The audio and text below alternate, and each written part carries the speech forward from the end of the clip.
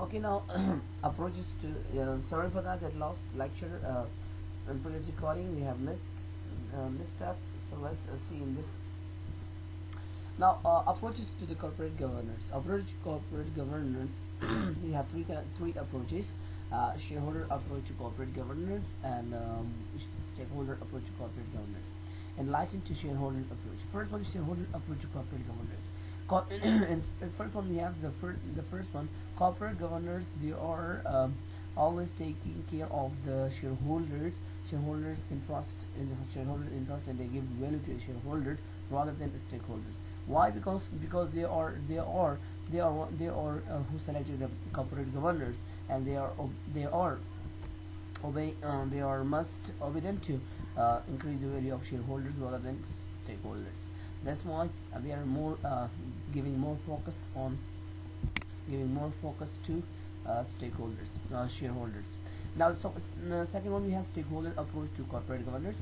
Now, the corporate governance in here they are saying that we have equally focused to the giving equally authority or focus to the stakeholders and shareholders, but it's impossible to give interest to take give to give a interest to both or them, because a shareholder, although who are honored definitely, and who are selected, and they are selected by they are selected by shareholders, definitely will listen to shareholders rather than stakeholders, because stakeholders are not involved in the business in a election or giving so stakeholders, they are not involved in this, and the shareholders are involved. That's why they are more focusing to the shareholders interest.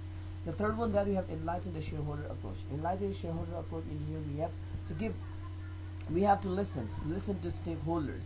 So rather than we neglect them, so we have to listen what they are. So listen majority, and whatever we can say in 4 5 whatever he said that you have to accept. Among 3 4 you have to accept it, only one, right? So just listen to all of them, do your own, but listen to them. But your main priority, your main concern is what your shareholder rather than stakeholder, because shareholder is one who's interested in your company a lot. Now we have some key issues, and we have key issues. In key issues, that's why we study, because in key issues we have in here three. There are 3 entities involved. That's why we are taking care of the issues. 3 entities involve shareholder, directors, and managers. Now, financial reporting. The first one, we have financial reporting.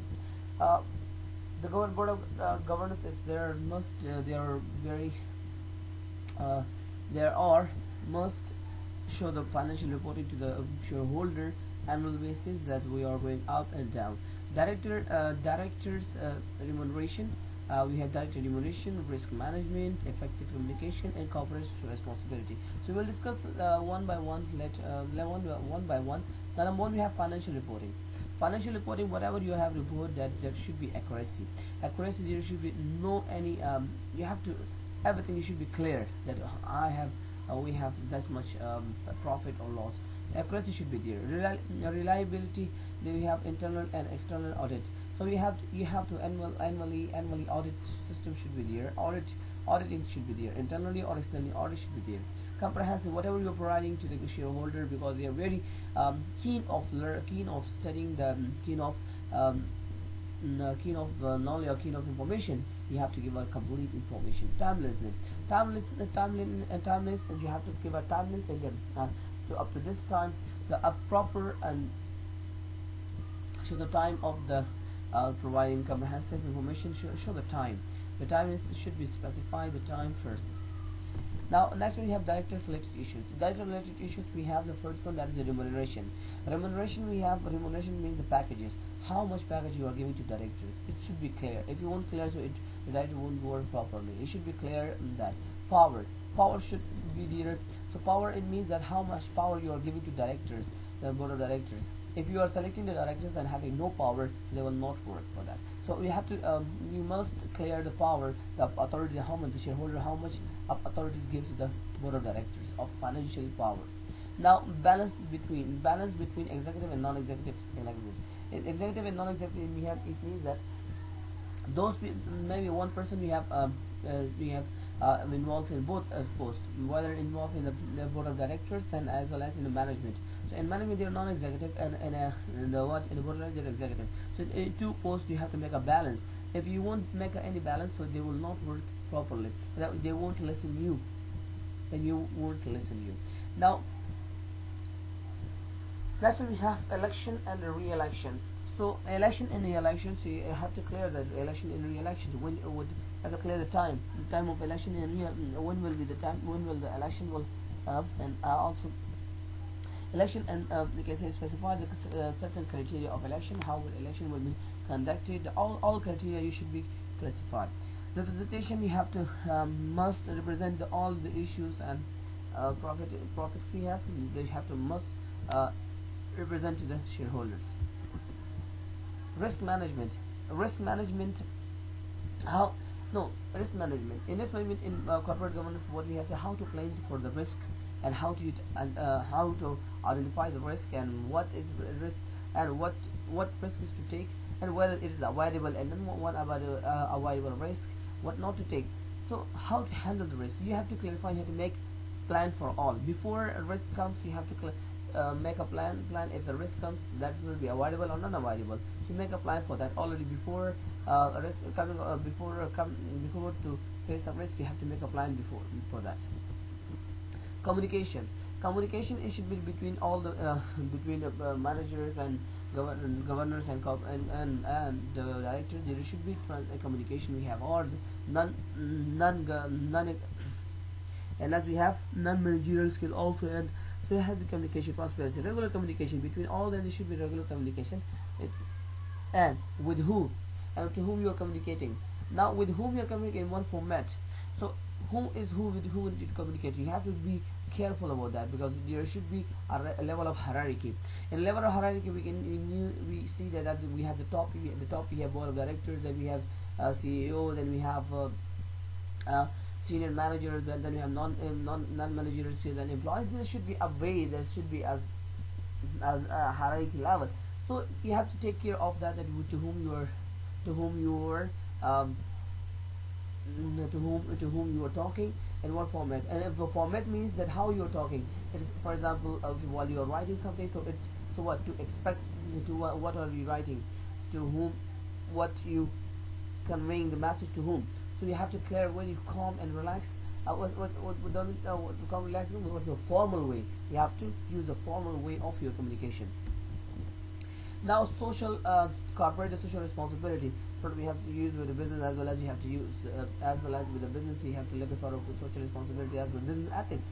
Business ethics should be the ethical system. Being a good citizen, you have to be very good citizen.